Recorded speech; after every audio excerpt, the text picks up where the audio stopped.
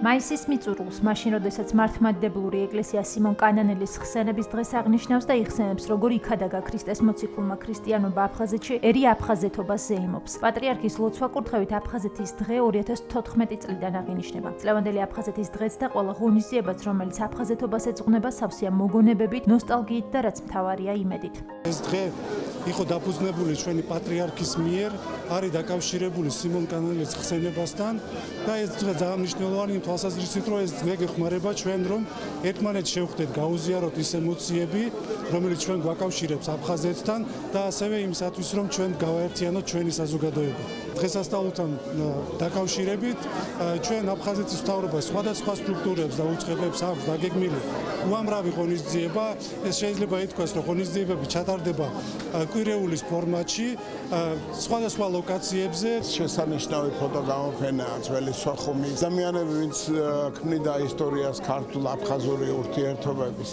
ის შესანიშნავი ადამიანები, ვინც იცოდა ქართველის ფასი და ის შესანიშნავი ადამიანები, ვინც იცოდნენ აფხაზების ფასი და ჩვენი მეგობრობის ფასი. ვახსოვდეს აფხაზეთი იმ დიდი იმედით, საფუძვლიანი იმედით, რომ მოხდება ჩვენი ერთად ყოფნა, ტერიტორიული მთლიანობის აღდგენა, ისე რომ არც ერთი მხარე ამითი არათუ დაზარალდება, პირიქით იქნება გახარებული და ბედნიერი.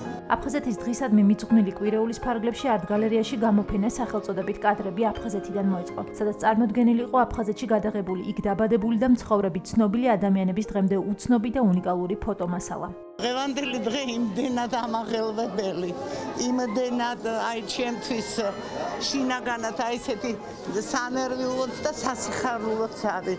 მე იმეც ვიტოვებ, რომ ჩვენ აუცილებლად დავბრუნდებით აფხაზეთში. აუცილებლად.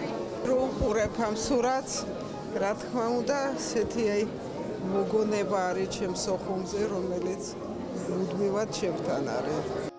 ღონისძიების ფარგლებში სოხუმის დრამატული თეატრის სცენაზე აფხაზეთის სიმღერისა და ცეკვის სახელმწიფო აკადემიური ანსამბლის ძველი და ახალი თაობის წარმომადგენელთა მონაწილეობით კონცერტი გაიმართა. მაყურებლის წინაშე განახლებული პროგრამით ასევე აფხაზეთის სახელმწიფო ანსამბლი შავნაბადა წარსდგა. ღონისძიებაზე ცნობილი გახდა, რომ სოხუმის მოზარდ მაყურებელთა თეატრს მისი დამაარსებლის აფხაზეთის ავტონომიური რესპუბლიკისა და საქართველოს სახალხო არტისტის გიორგი რატიანის სახელი მიენიჭა. თუ იხმართ ასეთ სიტყვას ფიესტას დღეს იყო ასეთი დღე ჩემთვის. ძალიან მოულოდნელი.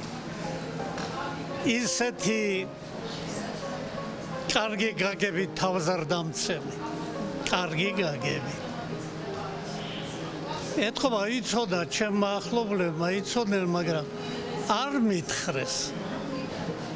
კინაღამ გული წამევიდა სცენას. ეს არის ჩემი სცენაზე ყოფნის 66 წლის დაგვირგვინება. უკვე რამდენიმე წელია სცენაზე არ გავდივარ, მაგრამ მაინც თეატრით ვცხოვრობ. ძალიან ბედნიერი ვარ. მართალია ამინდმა ცოტა აგურია, ბოლო მომენტში ყველაფერი შევცვალეთ. ღიაცის ქვეშ უნდა ყოფილიყავით შემოვედით ჩვენ საყვარელ თეატრში. მაგრამ ამით გაიხსნა ერთგვარი კვირეული აფხაზეთის დღის. ჩვენ წარვადგინეთ ჩვენი კადრები აფხაზეთიდან, უკვე მესამე და შემაჯამებელი და ძალიან მრავალფეროვანი პროგრამა იყო. მე ვფიქრობ, რომ აი ცოტა ხანი, ასე ვთქვათ, ჩავატარებთ ამ კვირეულს და აუცილებლად ღიაცის ქვეშ მზიურში ამ გამოფენით აუცილებლად შევხვდებით ჩვენს მაყურებელს, ყველას გილოცავთ აფხაზეთის დღეს. აფხაზეთობა 2023 და მასთან დაკავშირებული თემატური ღონისძიებები მთელი კვირის განმავლობაში გაგრძელდება.